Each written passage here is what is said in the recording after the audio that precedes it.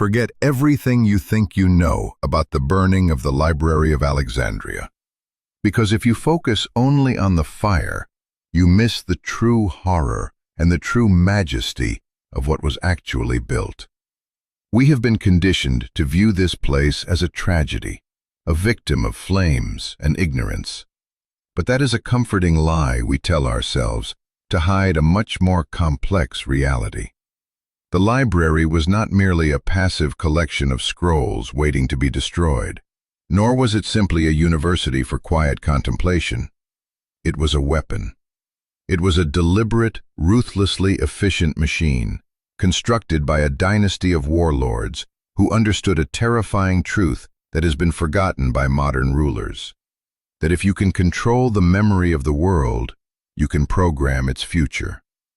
This is not a story about books. This is a story about the industrialization of the human mind.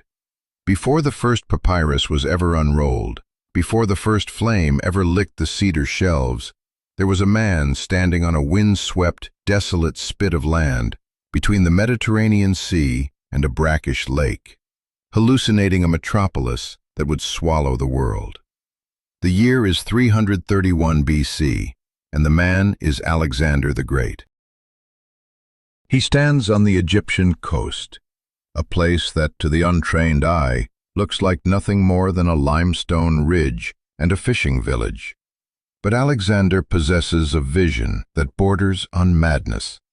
He looks at the deep water to the west, suitable for heavy anchorages, and he looks at Lake Mareotis to the south, which connects to the Nile, and he sees a valve that can control the flow of the entire planet's wealth. He does not have chalk or paint to mark out the boundaries of his dream, so he orders his men to bring barley flour from the mess kits.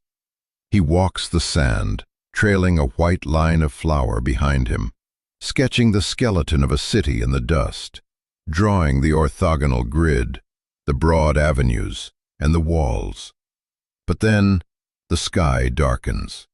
A massive flock of seabirds descends from the clouds, a chaotic swarm of wings and beaks, and they devour the flower lines in minutes, erasing the blueprint before the first stone is even cut.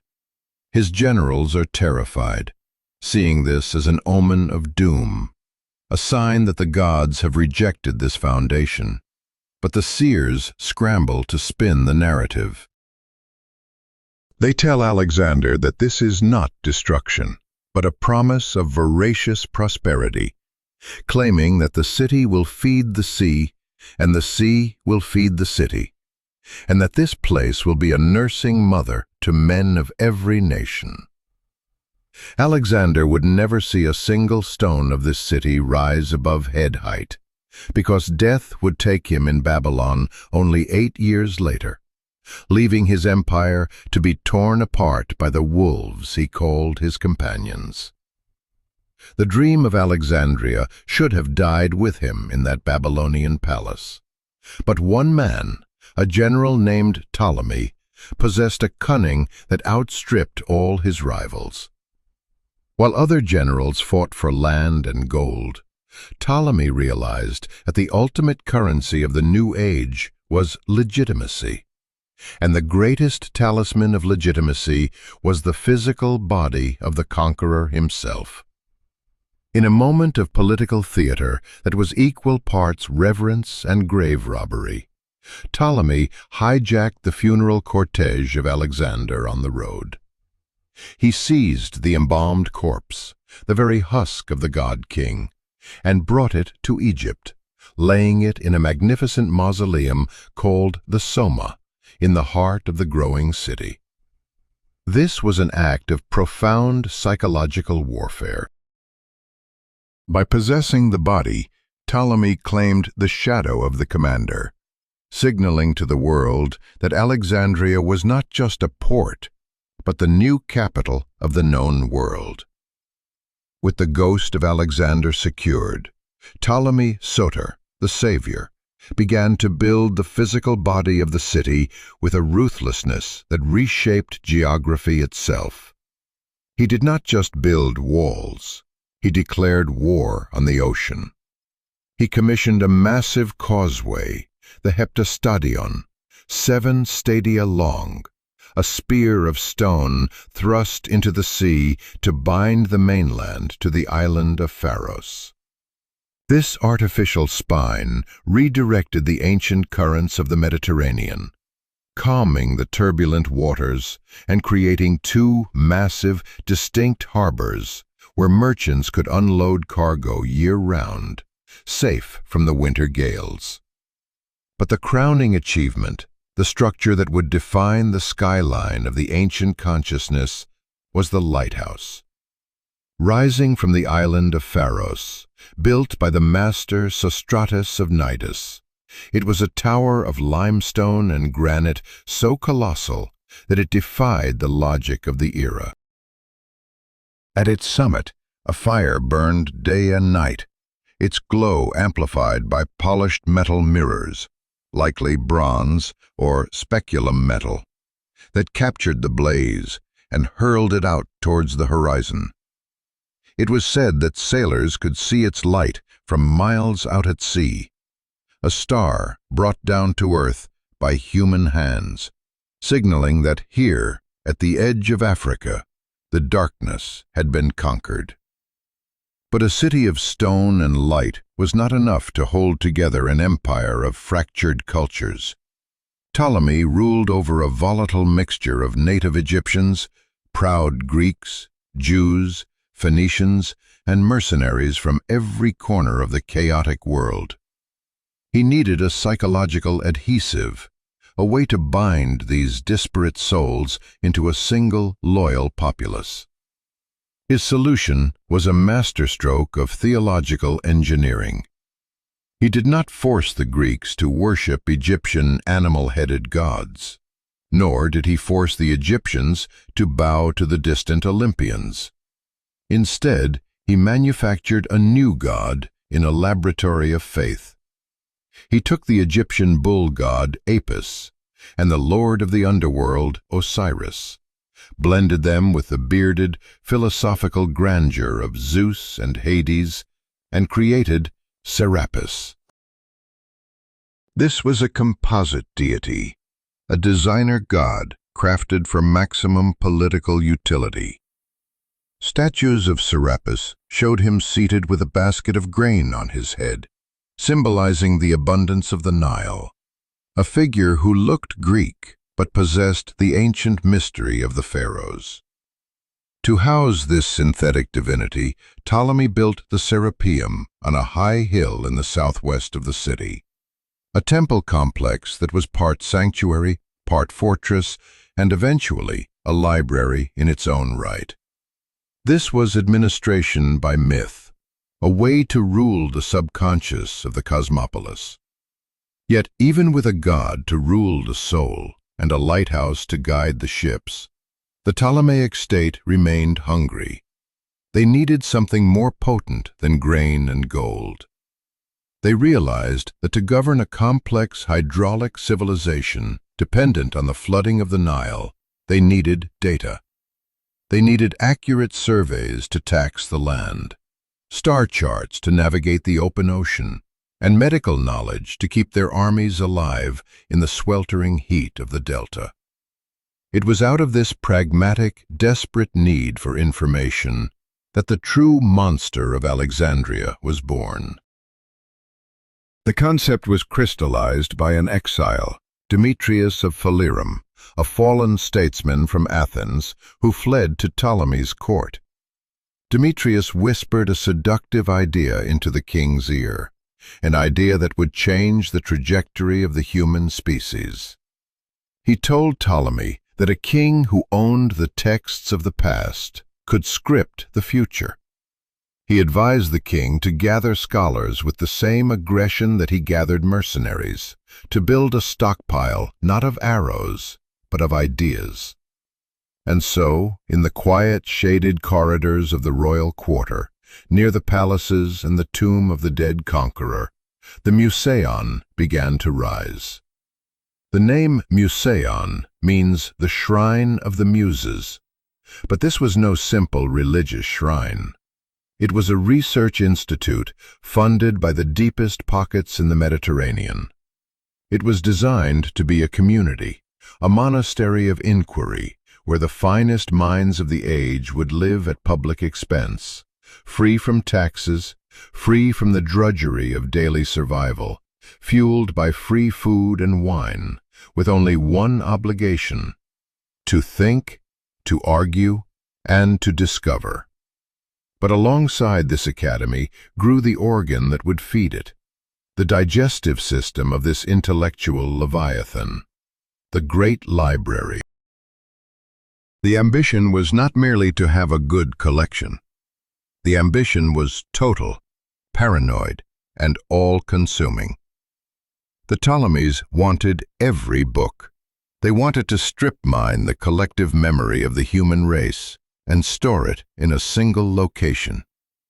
They unleashed a pack of royal agents, procurators of books, who were sent out like hounds to the islands of the Aegean and the markets of the mainland. These men carried heavy purses of gold and sealed royal letters, and they were authorized to buy entire private libraries, to pry manuscripts from the hands of heirs, and to acquire the oldest, most authentic copies of every tragedy, every history, and every treatise ever written. This was not a gentle curation. It was acquisition by predation. The harbor of Alexandria, already a marvel of engineering, was transformed into a checkpoint for intellectual contraband. A royal decree was issued that became known as the Ship Fund. Every vessel that docked in Alexandria was boarded not just by customs officers looking for spices or silk, but by inspectors looking for scrolls. If a book was found on board, it was confiscated immediately. It was taken to the scriptorium, where an army of scribes sat ready with reed pens and fresh papyrus. They would copy the text with meticulous precision, creating a pristine duplicate. And then, in a twist of supreme arrogance, the library would keep the original ancient scroll and give the shiny new copy back to the bewildered captain. They called this the fair exchange, but the ship owners knew the truth. They had been robbed of a relic, and the city had gained another piece of the world's soul. To support this industrial-scale copying, the city had to terraform the economy of writing itself. Along the marshes of the Nile Delta, the papyrus industry was kicked into overdrive. Cutters harvested the tall reeds, slicing the pith into thin ribbons, laying them crosswise, pressing them under heavy weights, and polishing the dried sheets with ivory until they gleamed. The finest grade of papyrus, smooth and white, was reserved for the royal work, a surface that would take the crisp black ink without feathering. The air in the copy rooms smelled of resin, lamp oil, and the vinegar used to bind the ink. It was a factory floor where the product was immortality. But as the scrolls began to pile up by the tens of thousands, filling the cedar-lined pigeonholes, a terrifying problem emerged, one that threatens any hoard of information: chaos. The sheer volume of text became a labyrinth. How do you find a single poem by Sappho in a warehouse containing 100,000 rolls? The library was on the verge of collapsing under its own weight, becoming a graveyard of lost words. It required a new technology, a mental software to organize the hardware of the scrolls. This challenge would fall to a man named Callimachus of Cyrene, who would invent a system so powerful we still use its ghost today. He began the project known as the Pinakes, the tables, a map of knowledge that would allow the human mind to navigate the ocean of ink. The stage is now set. The city is built. The lighthouse is burning. The god is watching, and the scrolls are pouring in from every corner of the known world like a river of knowledge flowing into a single reservoir. The trap is laid. The greatest minds in history are about to walk into the Museion, unaware that they are entering a machine designed to distill their genius into power. But as the shelves fill, and the ambition of the Ptolemies grows into a hunger that knows no bounds, we must ask, what happens when you try to know everything?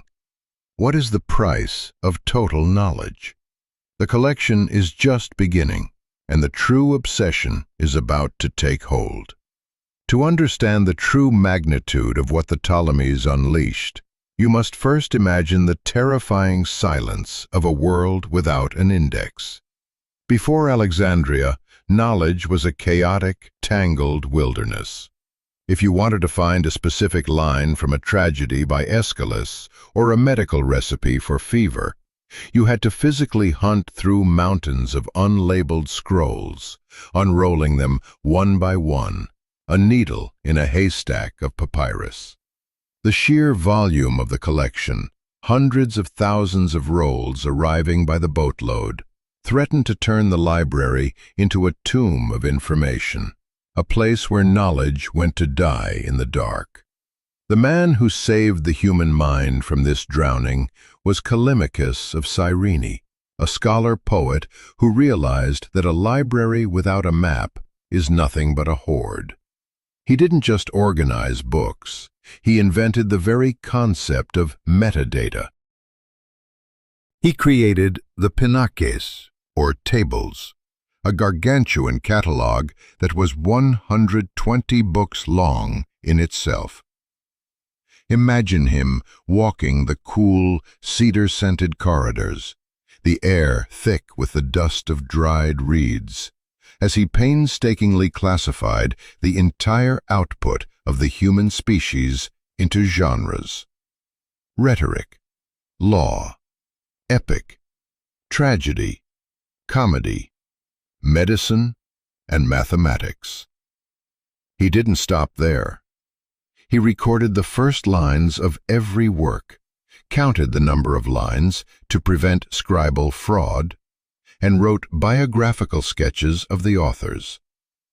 This was not administrative boredom. This was the creation of a mental interface, a way for a reader to hold the entire universe of thought in their head before they ever touched a scroll. Because of Callimachus, the chaos became a machine, and the library became a brain that could recall its own memories. But ordering the books was only the first step. The second was infinitely more arrogant. The scholars of the Museion decided that they had the right to fix the past.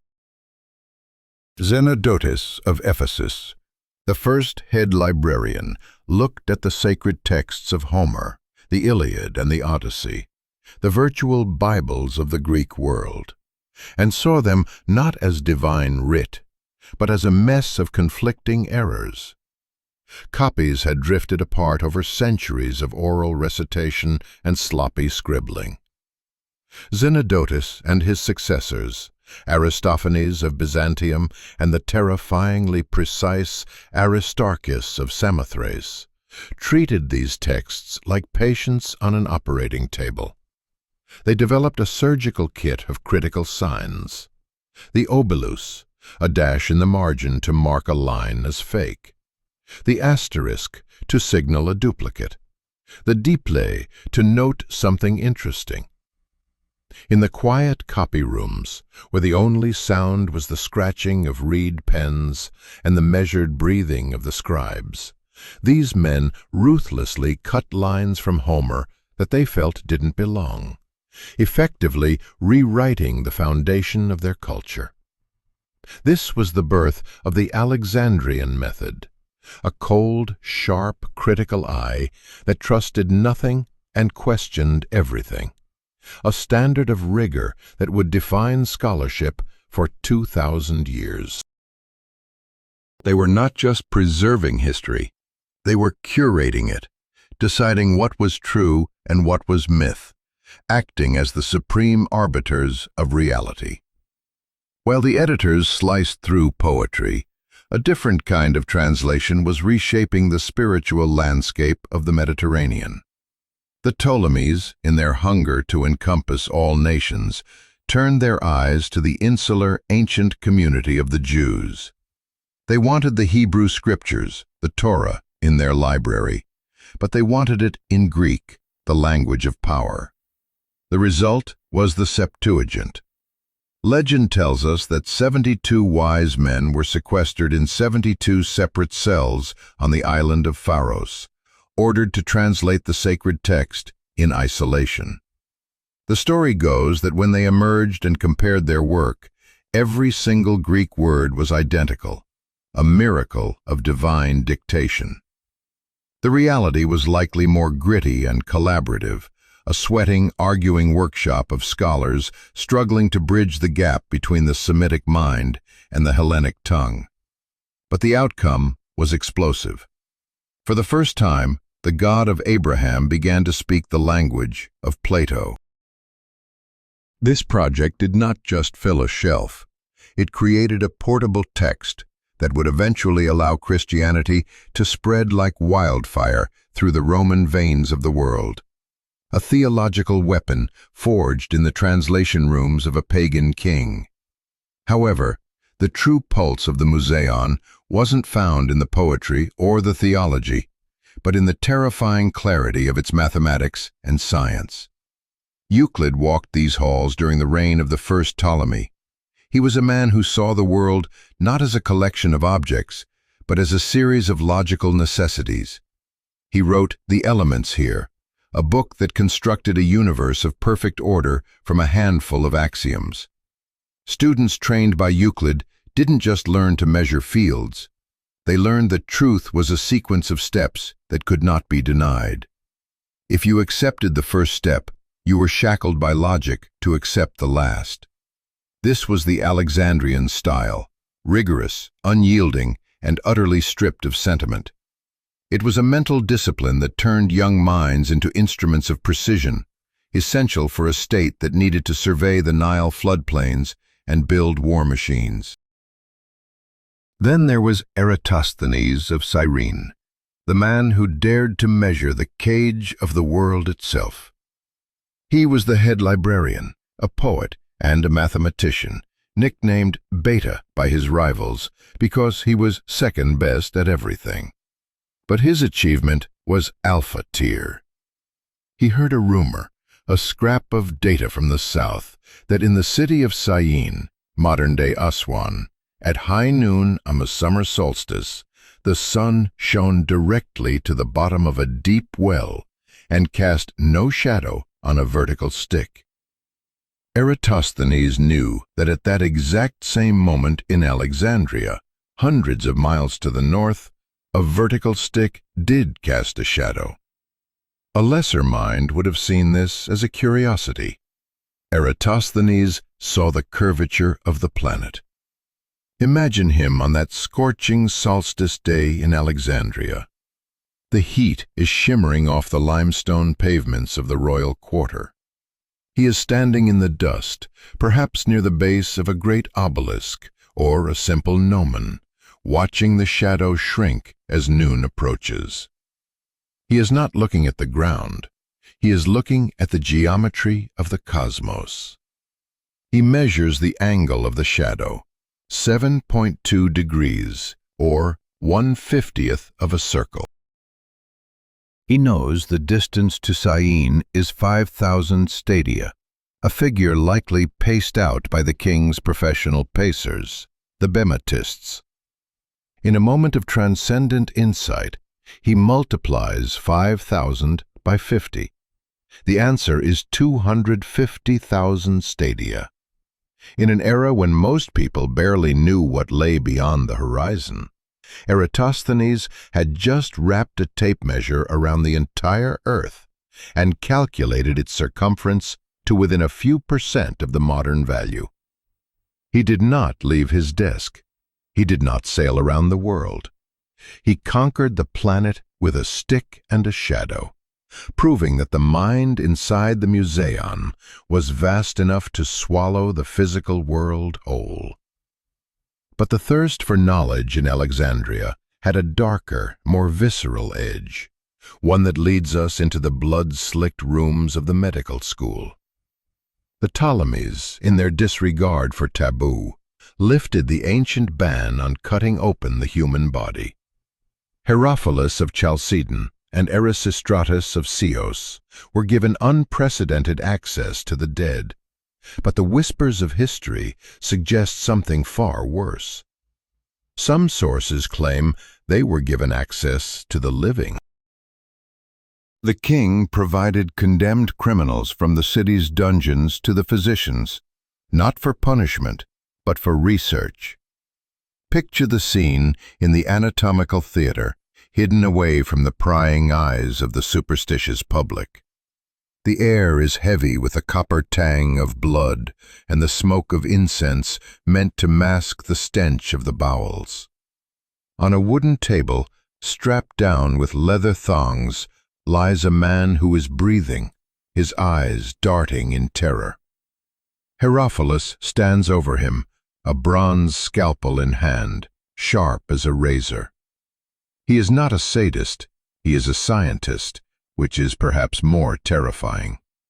He needs to see the organs moving. He needs to see the diaphragm pump, the heart beat, the pulse throb in the arteries before death collapses the system.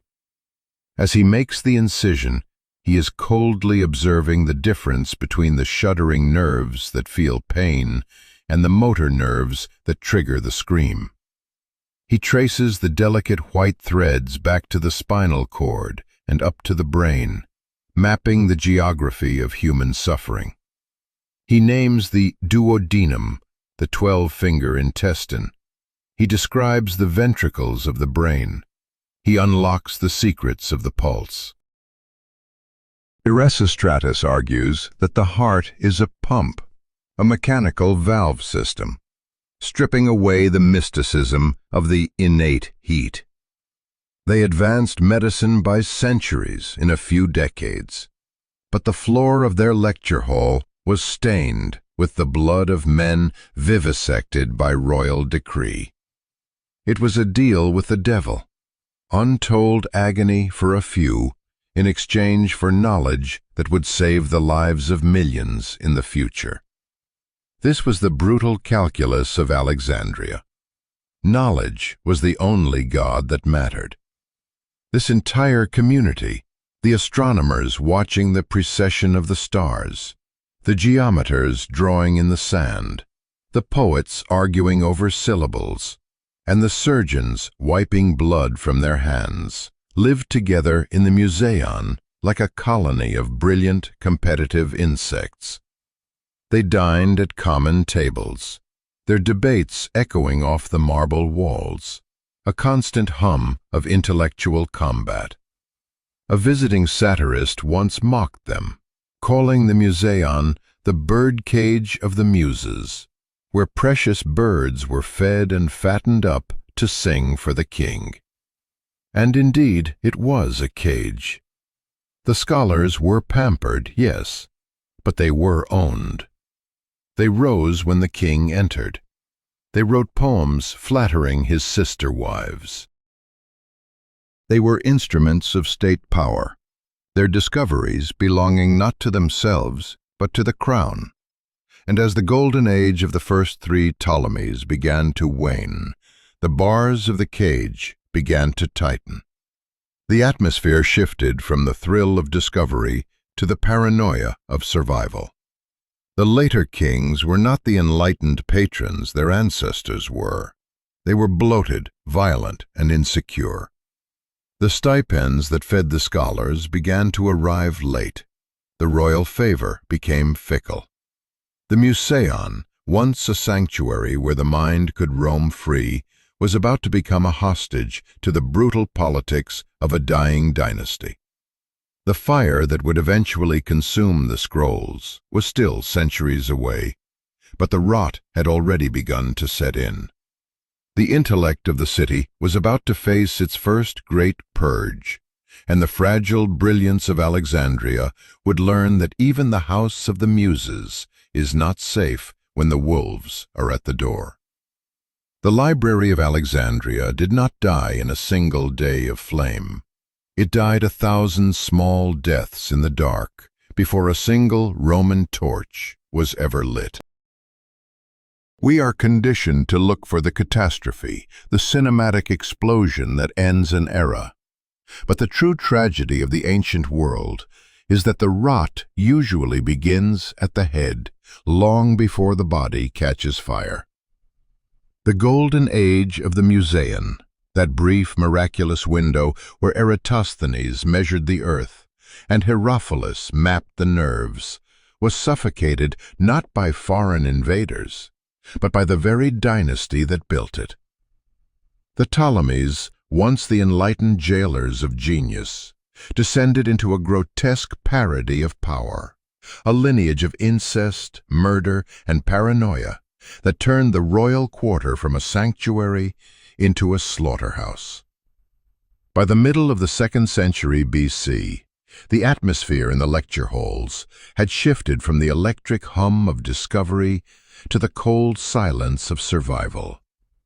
The scholars who had once walked with their heads high, debating the nature of the cosmos, now looked over their shoulders, knowing that a stipend could vanish with a rumor, and a life could end with a whim.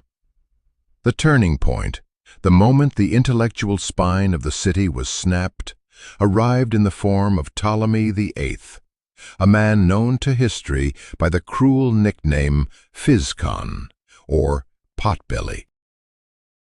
He was a tyrant of Shakespearean proportions, a man whose physical obesity was matched only by the bloat of his cruelty. When he seized the throne from his brother and married his own sister, only to then rape and marry her daughter, the city of Alexandria convulsed in disgust.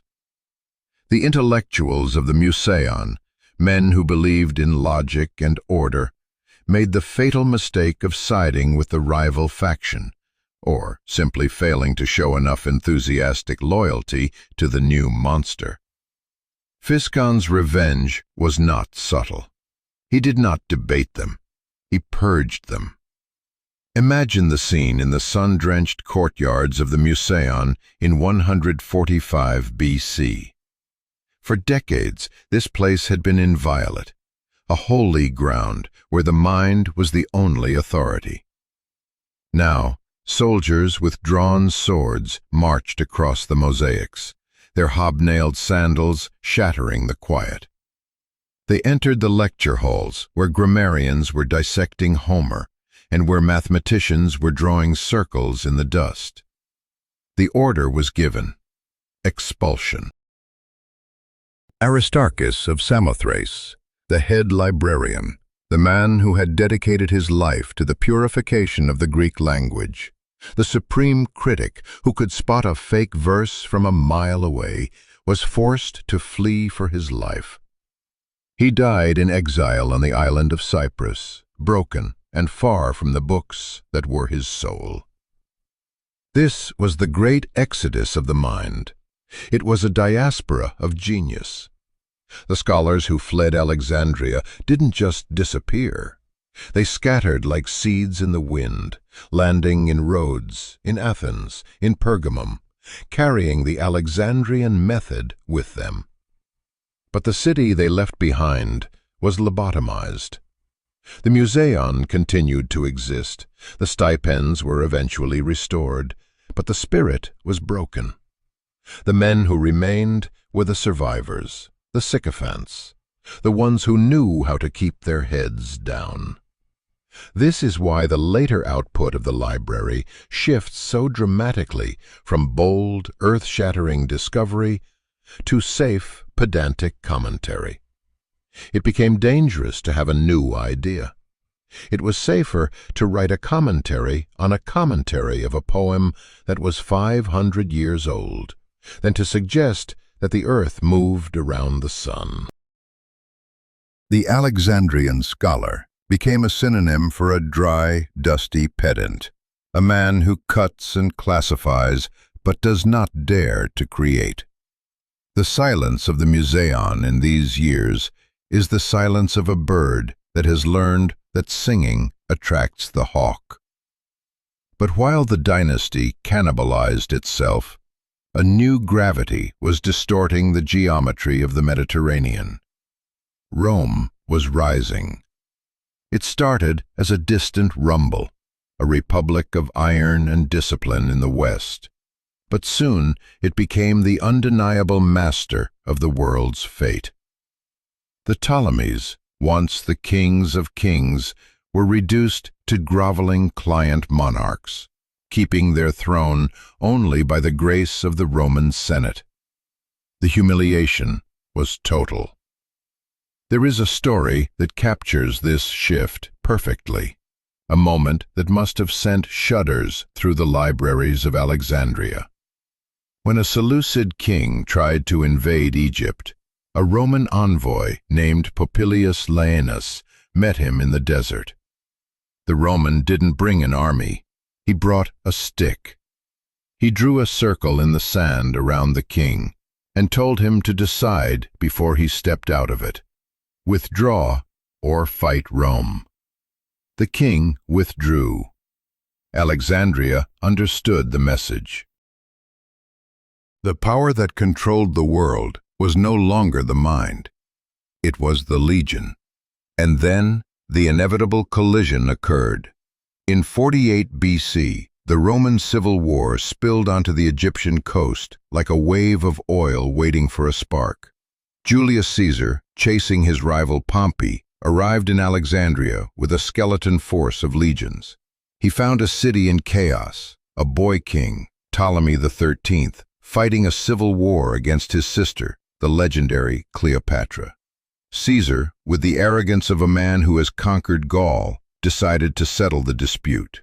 He took up residence in the royal quarter, the very heart of the palace complex that housed the library, and he summoned the siblings. We all know the theater of it. Cleopatra smuggled in past the guards, rolled in a carpet or a sack of laundry, the seduction of the aging Roman general. But while the lovers plotted, the city mobilized. The boy king's generals were not intimidated by Caesar's reputation. They saw a Roman trapped in a hostile city with only a few thousand men. They launched a siege that turned the meticulously planned grid of Alexandria into a kill box. Aquilus, the Egyptian commander, marched on the royal quarter with an army of 20,000, cutting off the avenues, blockading the canals. Caesar was cornered. He was trapped in the palace complex with the sea at his back. But the sea was closed to him because the Egyptian fleet, 72 warships, triremes and quinqueremes, made of cedar and oak, was anchored in the great harbor, ready to cut his supply lines. This is the moment. This is the decision that haunts history. Caesar, the cold tactician, looked at the enemy fleet bobbing in the harbor, the wooden hulls basking in the dry Egyptian heat. He realized he could not capture them. He had to destroy them. He ordered his men to set the ships on fire. Fire is a living thing, and in a port city it is a voracious, indiscriminate beast. The Roman legionaries moved quickly, hurling torches and pots of burning pitch onto the decks of the Egyptian warships. The wood, seasoned by the salt and the sun, coated in flammable tar and wax, caught instantly. The flames roared up the masts, turning the sails into sheets of fire that detached and floated on the wind like demonic kites. The heat was intense, boiling the water around the hulls. But the wind is the villain of this story. The breeze off the Mediterranean caught the sparks and the burning debris and carried them over the quay walls, over the stone breakwaters, and into the dockyards. The warehouses along the harbor were not filled with stone. They were filled with the fuel of commerce. Ropes, canvas, timber, grain, and, crucially, papyrus. Papyrus is nothing more than dried reed. It is essentially crystallized sunlight waiting to return to heat. It burns with a terrifying speed. The fire leaped from the ships to the docks, consuming the naval arsenals and the storehouses. And here the tragedy becomes a matter of geography and wind direction. The flames chewed their way from the waterfront into the edge of the royal quarter. Ancient sources are maddeningly vague, but the consensus of horror is that the fire found the books. Seneca, quoting a lost work by Livy, tells us that 40,000 rolls were destroyed. We must pause and visualize what 40,000 rolls looks like. It is a mountain of knowledge. It is the life's work of 1,000 poets, the observations of 100 astronomers, the history of nations that no longer exist. Whether this was the great library itself, or a massive overflow warehouse near the docks where copies were stored for export, matters little to the words that died. Imagine standing on the balcony of the Museion as the smoke began to curl over the high walls. The air, usually smelling of the sea and jasmine, is suddenly thick with the acrid, sweet stench of burning cedar oil and charred vegetable matter. The librarians, the men who had spent their lives fighting bookworms and damp, now watched a wall of orange light devour their charge. Did they run into the smoke? Did they try to carry armfuls of scrolls to safety, clutching the plays of Sophocles to their chests as the roof beams groaned and cracked? The heat would have been blistering, the sound of the fire a deafening roar that drowned out the shouts of the soldiers fighting and dying in the streets. Inside the pigeonholes, the scrolls would have cooked before they burned, the intense heat turning the papyrus brittle, the ink vaporizing, the glue melting, until the rolls burst into flame, curling into gray ash that floated up into the night sky. A dark snow of wisdom falling on the shoulders of ignorant armies. But, and this is the twist that history often obscures, the library did not die that night. It was wounded, terribly, grievously wounded, but it did not die. The stone walls of the main complex were thick. The fire was contained. The Museion stood. The next morning, when the smoke cleared and the harbor was a graveyard of blackened hulks, the scholars who crept back into the halls found gaps on the shelves, thousands of gaps, like teeth knocked out of a smile. But the heart of the collection beat on. The resilience of the institution was as remarkable as the fire was tragic. The city, however, remembered the burn. The scar on the psyche of Alexandria was permanent. Caesar eventually defeated the Egyptian army. Ptolemy XIII drowned in the Nile, his gold armor weighing him down in the silt, and Cleopatra was installed as queen. She was a woman who understood the value of the library better than any Roman general. She knew that to rule the world, she needed to repair the brain of the city. And she found a way to exact a poetic reparation. Years later, her lover, Mark Antony, looking to impress the Queen of Kings, and perhaps understanding the guilt of Rome in this cultural crime, made a gesture that was both romantic and piratical. He turned his eyes to the city of Pergamum, Alexandria's great rival, the only other city on earth with a library that could compete. Pergamum possessed a collection of 200,000 volumes, written largely on parchment, pergamentum, the skin of animals, because Alexandria had embargoed papyrus to starve them of writing material. Antony stripped the library of Pergamum bare. He looted the shelves of the Attalid kings, and shipped the entire collection to Egypt as a gift for Cleopatra. It was a transfer of memory on an imperial scale. The books of Asia Minor flowed into the empty niches of Alexandria. It was a transfusion of blood for the wounded giant. The scholars of the Museion, who had wept for the lost papyrus, now held the parchment skins of Pergamum in their hands. The library was full again, swollen with the plunder of a rival. But the lesson had been learned, and it was a bitter one. Books are fragile, and they are inevitably the hostages of war. The fire of Caesar was not the end. It was a warning. It demonstrated that 1,000 years of collecting could be undone by one afternoon of tactical necessity. The library was no longer just a repository. It was a survivor, limping forward into the Roman era, carrying the scars of the first great assault on the collective memory of mankind. But the Romans were not done with Alexandria, and the true dismantling of the machine was not to be accomplished by fire, but by the slow, grinding indifference of a new world order that cared more for grain than for geometry. The fire was a specter, but the bureaucracy of the empire would prove to be a far more effective solvent. Rome did not kill Alexandria with a knife, it strangled it with a ledger. When the dust of the civil wars settled, and the last independent pharaoh, Cleopatra, lay dead from the bite of an asp or the prick of a poisoned pin, the city woke up to a gray, suffocating reality. It was no longer the capital of a dazzling Hellenistic kingdom.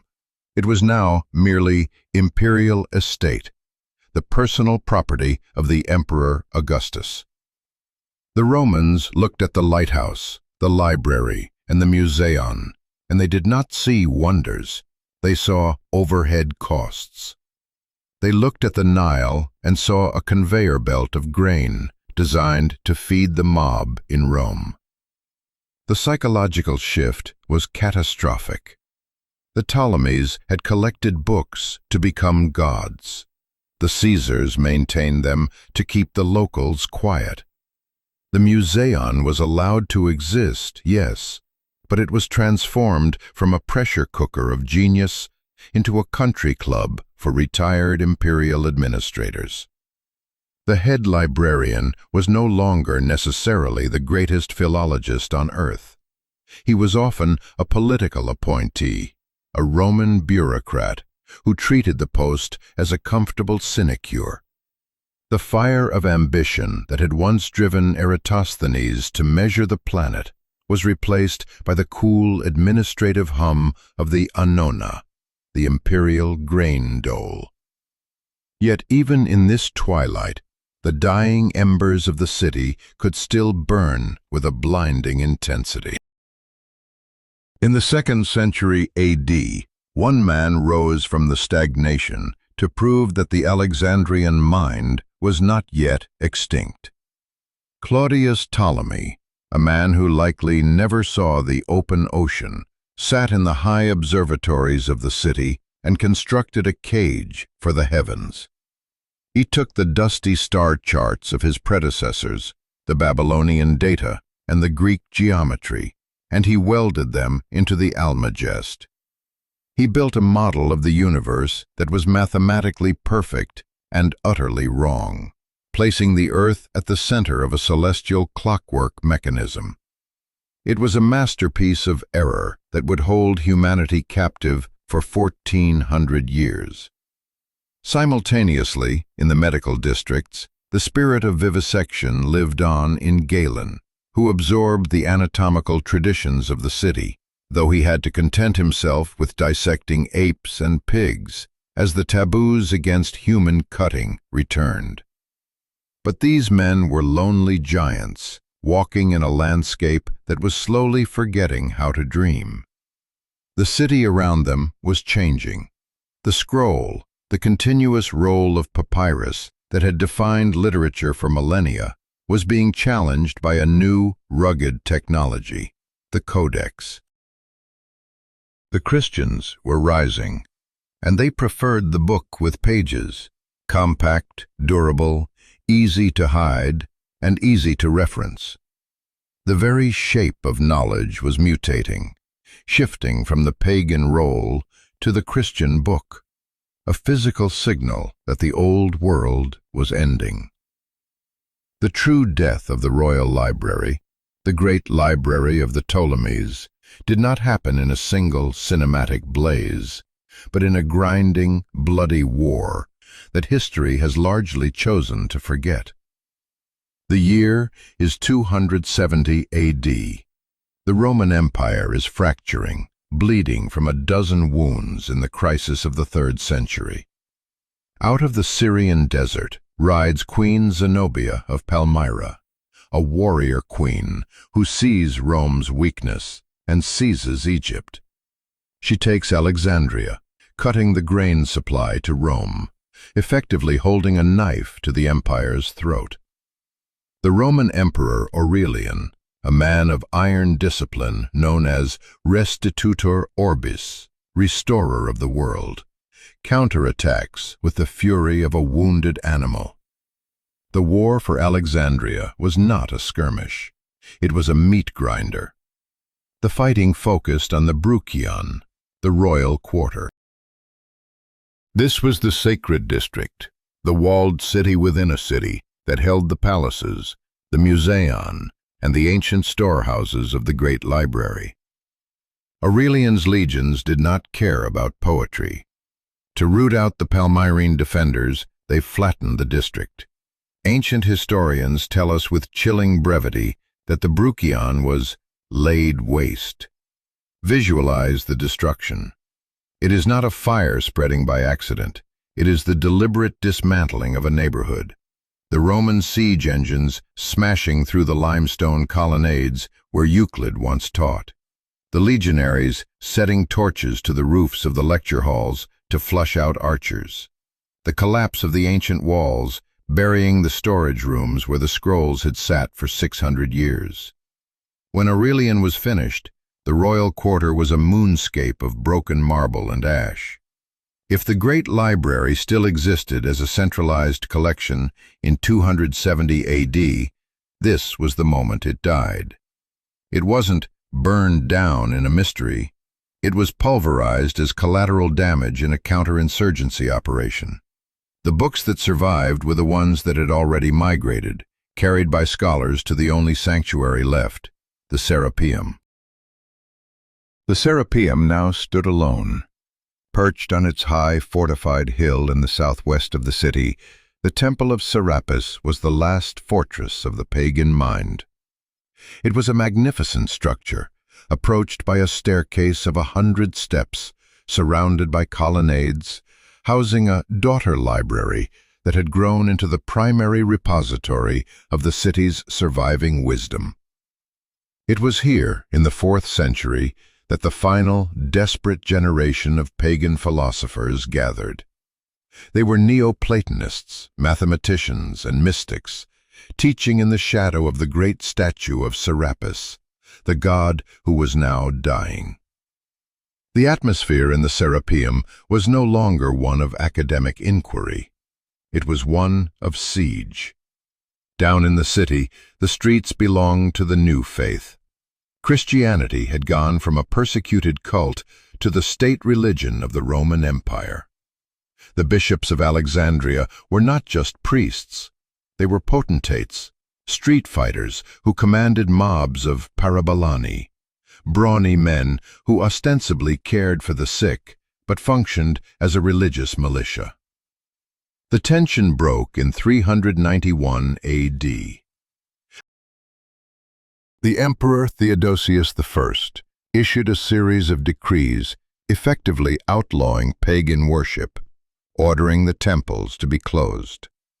In Alexandria, the Patriarch Theophilus, a man of violent piety, saw this as a divine mandate to cleanse the city. He did not come with a debate.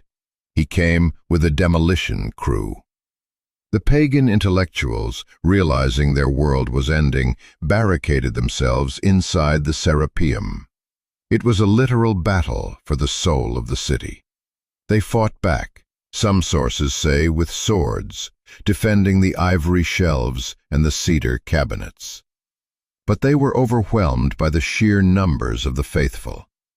The scene of the Serapeum's fall is one of the most haunting in human history. The mob burst through the great bronze doors, spilling into the sanctuary. They stood before the colossal statue of Serapis, a masterpiece of wood and precious metal, inlaid with jewels, its eyes glinting in the torchlight. There was a moment of hesitation. A legend whispered that if the statue were touched, the sky would fall and the earth would crumble. A soldier, emboldened by his bishop, stepped forward with a double-edged axe. He swung it with all his might, striking the god in the jaw. The wood splintered, the head of the god sheared off, and instead of the sky falling, a swarm of rats, disturbed from their nest inside the hollow statue, scurried out. The crowd roared with laughter. The spell was broken. They tore the temple apart, stone by stone. They dragged the statue through the streets and burned it. And the books? The library? The sources are devastatingly silent about the books in this moment. But we know the result. The shelves were stripped. The scrolls were likely burned as fuel, or scattered to the wind, or buried in the rubble. The hill that had smelled of incense and old papyrus now smelled of dust and victory. The daughter library was dead. Yet a ghost of the learning lingered. One figure remained to haunt the new order: Hypatia. She was the daughter of Theon, the last known member of the Museion. She was a mathematician, an astronomer, and a philosopher who walked the streets in the philosopher's cloak, teaching the works of Plato and Plotinus to anyone who would listen, Christian or pagan. She was brilliant, she was charismatic, and she was a woman, which made her dangerous.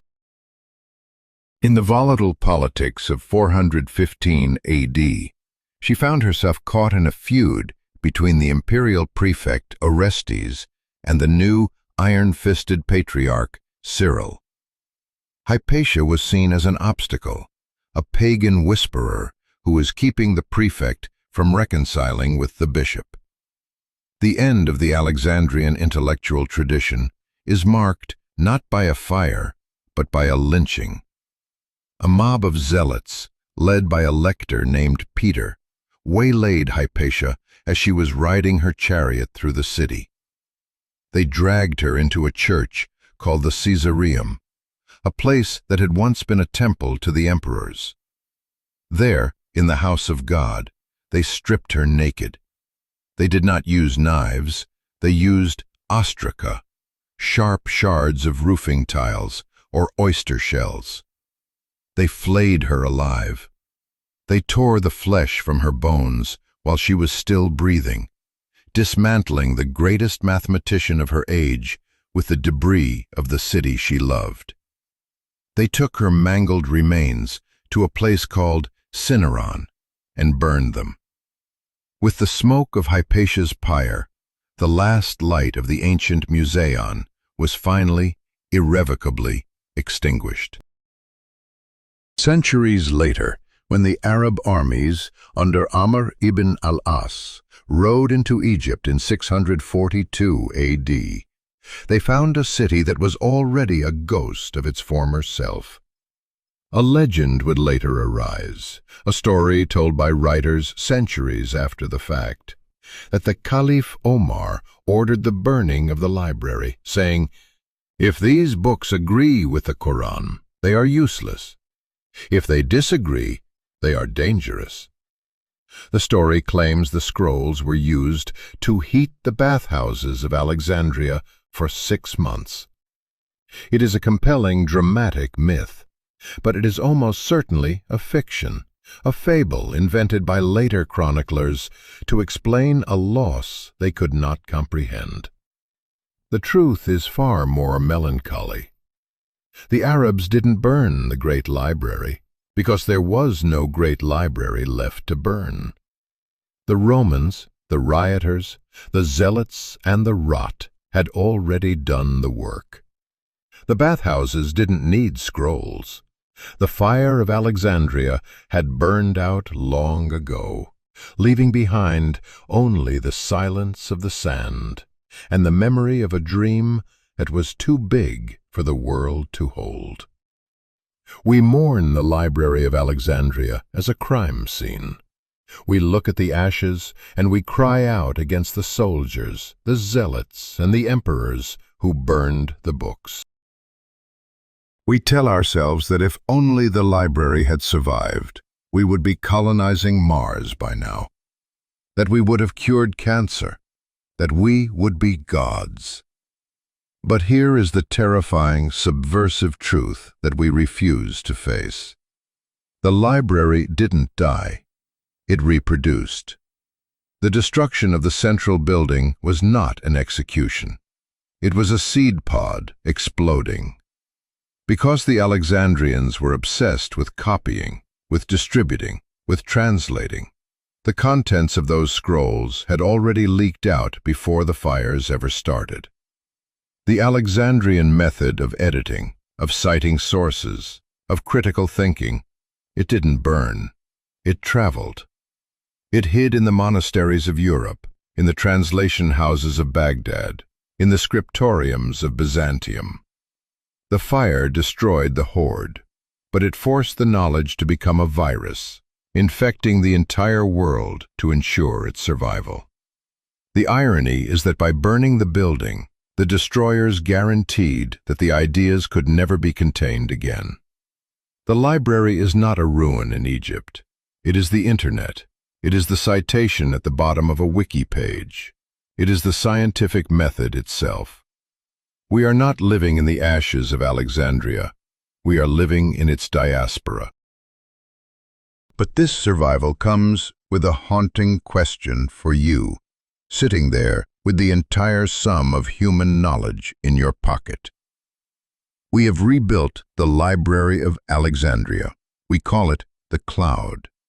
We have gathered every book, every video, every thought into a single digital Museion. But unlike the ancients, we didn't need a fire to lose the truth. We drowned it in noise. So, the binary choice is yours. Do you choose the silent fire, where knowledge is destroyed by censorship and force? Or do you choose the deafening flood, where knowledge is destroyed because there is simply too much of it to ever find the truth? If you want to understand how the fragments of this explosion built the modern world, and where the next great library is currently being built and threatened, hit that subscribe button. The history of the future is just beginning. The buildings were gone. The shelves were ash. The statues of the thinkers had been ground into dust to pave the streets of a shrinking city. By the time the 7th century sun rose over the Mediterranean, the physical coordinates of the great Library of Alexandria were nothing more than a memory traced in the sand. But if you stop the story here, you are falling for the greatest deception in the history of knowledge. You are mistaking the hardware for the software. The stone walls were merely the casing. The library itself, the method, the obsession, the relentless drive to catalog the world, had already escaped the quarantine of the royal quarter. It had turned into a phantom, a spirit jumping from host to host, traveling along the trade routes and the silk roads, seeking a new body to inhabit. The first reincarnation did not happen in the West, but in the East. While Europe slept in the long, gray twilight of the early Middle Ages, the ghost of Alexandria traveled to the banks of the Tigris River, to the glittering, circular city of Baghdad. Here, under the Abbasid caliphs, the Alexandrian dream was rebuilt, not with Greek marble, but with fired brick and sheer intellectual will. They called it the Beit al-Hikmah, the House of Wisdom. Imagine the scene in the mid-9th century. The heat of Baghdad is different from Alexandria. It is a dry, oven-like intensity. Inside the cool, thick-walled chambers of the House of Wisdom, the air smells of rosewater and iron gall ink. We find a man named Hunaym ibn Ishaq, the sheikh of translators. He is not a king, but in this new empire he is treated like one. The caliph pays him his book's weight in gold. Hunayn is hunched over a manuscript of Galen, the Greek physician who had walked the halls of Alexandria centuries before. Hunayn is not just translating word for word. He is performing a forensic reconstruction. He has 3 different Greek copies of the text in front of him, all corrupt, all riddled with the errors of lazy scribes. He is doing exactly what Aristarchus did in the Museion 1,000 years earlier. He is comparing, he is doubting, he is synthesizing. He translates the Greek into Syriac, and then into a fluid, precise Arabic. He is building a new medical vocabulary from scratch. When he pauses to dip his reed pen, he is not just preserving the past, he is saving the future of medicine. The Almagest of Ptolemy, the star charts that map the Alexandrian sky, are here too, being refined and corrected by astronomers who will build observatories from Damascus to Samarkand. The heart of Alexandria is beating in the chest of Islam. The library hasn't died, it has just learned a new language. While Baghdad flourished, another fragment of the ghost fled north to the cold, damp edges of the world. In the stone monasteries of Ireland, Italy, and France, the Alexandrian discipline found a much harsher home. Picture a monk in a scriptorium in the dead of winter. His fingers are numb with cold. The light is fading. A meager tallow candle flickers on his desk. He is not working on smooth royal papyrus. He is scraping ink onto parchment, the skin of sheep, tough and unforgiving. He does not have the luxury of the Museion's banquet halls. He has silence and prayer. Yet he copies. He copies the Latin grammars that descended from Dionysius Thrax. He copies the encyclopedias that preserve the fragments of ancient history. He writes in the margins, arguing with a text written by a pagan dead for a millennium. He is a survivalist. These scattered monasteries were not libraries in the grand sense. They were lifeboats. They carried the DNA of civilization through the storm, waiting for the waters to recede. And when the Renaissance finally dawned, when Petrarch and the humanists began to scour the shelves for lost wisdom, they were harvesting the crops planted by these shivering monks. The ghost continued to travel, fueling the printing presses of Venice and the universities of Oxford, until the Alexandrian method, the catalogue, the footnote, the critical edition, became so ubiquitous we forgot it was an invention at all. We forgot that the idea of organizing knowledge was once a radical, dangerous experiment on the Egyptian coast. But a ghost eventually demands a body. The memory of the physical place, the spot on the shoreline where the lighthouse once pierced the night, never truly faded. The city of Alexandria, though weathered and built over, still felt the phantom limb of its lost glory. And so, at the turn of the new millennium, the world decided to do the impossible. They decided to bring the library back to the exact spot where it vanished.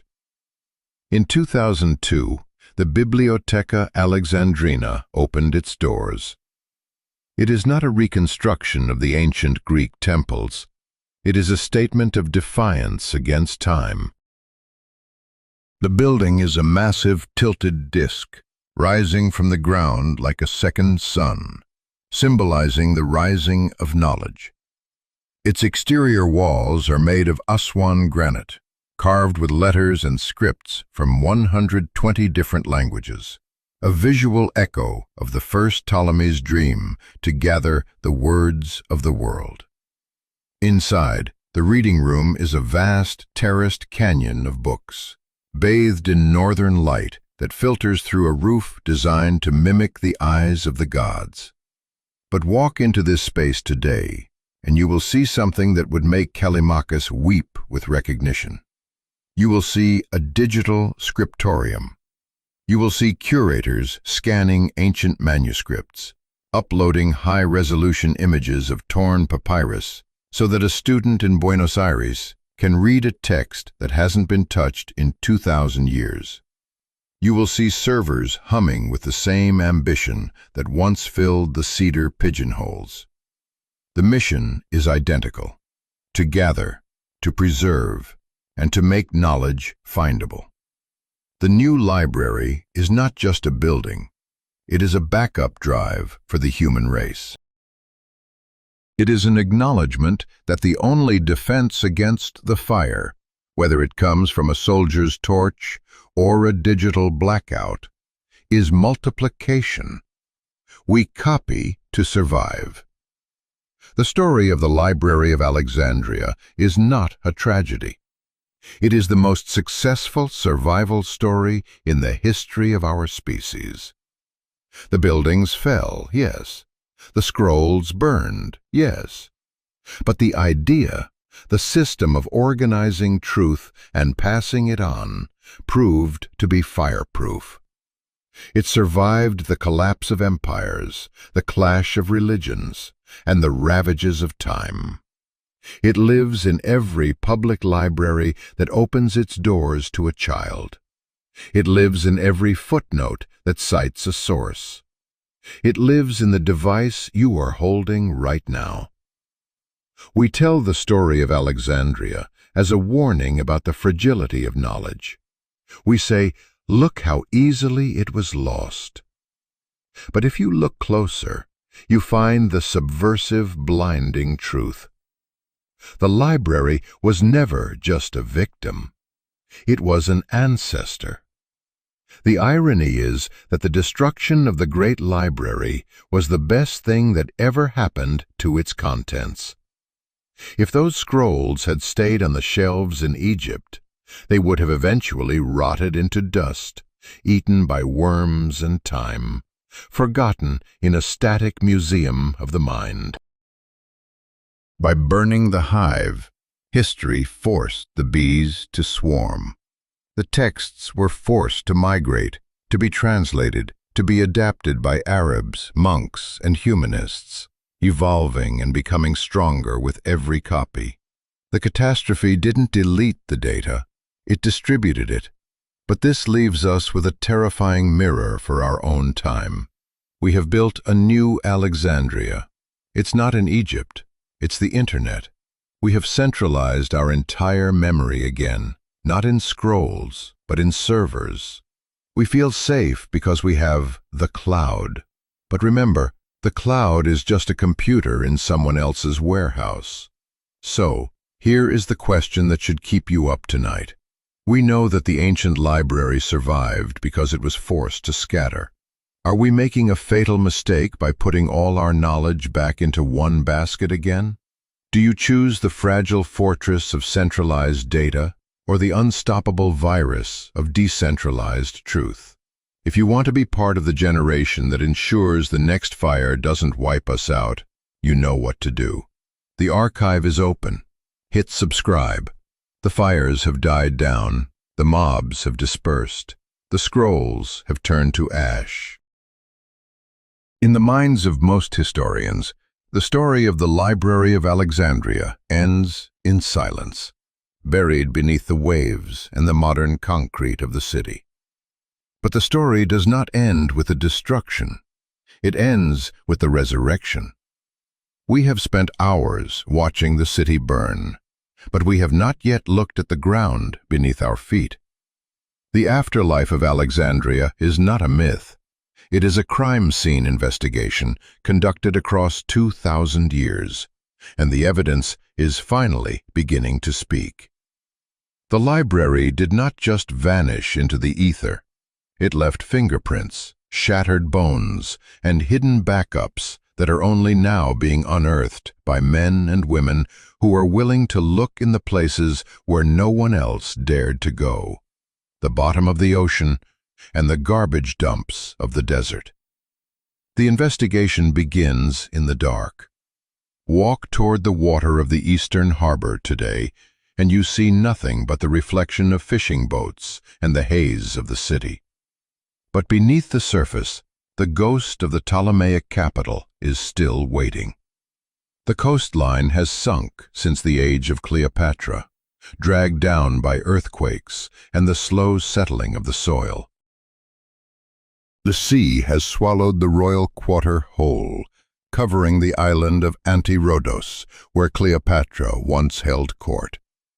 In recent decades, underwater archaeologists have descended into this gloom, mapping the seabed not by sight, but by feel, running their gloved hands over massive blocks of granite in water that fades to a murky green.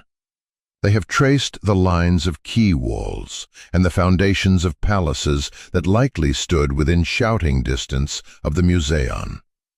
They have found sphinxes and statues staring up through the silt, the silent witnesses to the conversations of Eratosthenes and Euclid. This sunken landscape is the physical skeleton of the machine that made the library possible. It reminds us that the library was never just a building. It was an organ within a living, breathing commercial giant, fed by a harbor that was a masterpiece of disciplined stonework.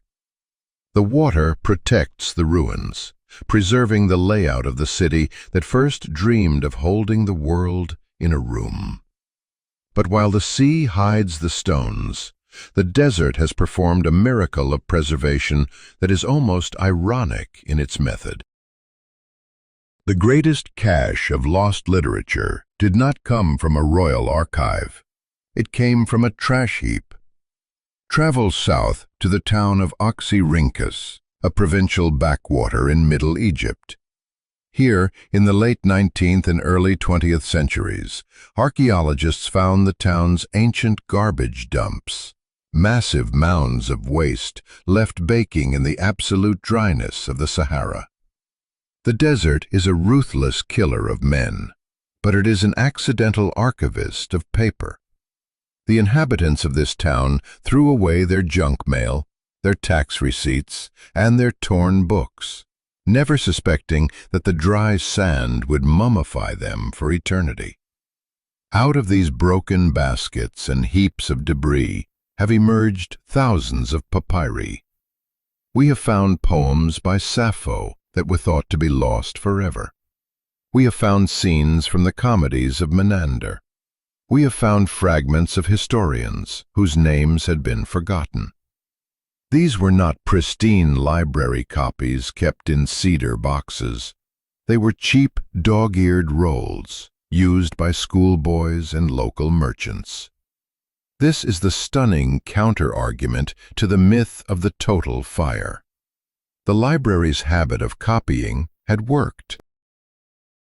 The text had seeped so deep into the groundwater of civic life that even when the central reservoir was destroyed, the puddles remained. A book discarded by a bored student in a Roman province becomes a treasure in a modern laboratory. The hunt for the library has now moved from the shovel to the server. The modern resurrection of Alexandria is digital. We are using technologies that would have seemed like witchcraft to the Ptolemies to read the unreadable. We have charred scrolls from Herculaneum, buried by the same volcanic fire that destroyed Pompeii, which can now be read without ever being unrolled. Scientists use X-rays and subtle differences in density to map the ink hidden inside the carbonized layers, pulling words out of charcoal. Multispectral imaging is ghost hunting with light. It reveals faded ink on Egyptian papyri that the human eye gave up on centuries ago. We are rebuilding the Pinakes, Callimachus's great catalog, not on wooden tablets, but in databases that cross-link fragments across continents. A scholar in Oxford can virtually reunite a torn piece of papyrus with its other half in Cairo. The Great Library is no longer a place you go to. It is a network you log into. The oldest problem in Alexandria was finding the right scroll. The newest answer is to let the catalog speak at the speed of light.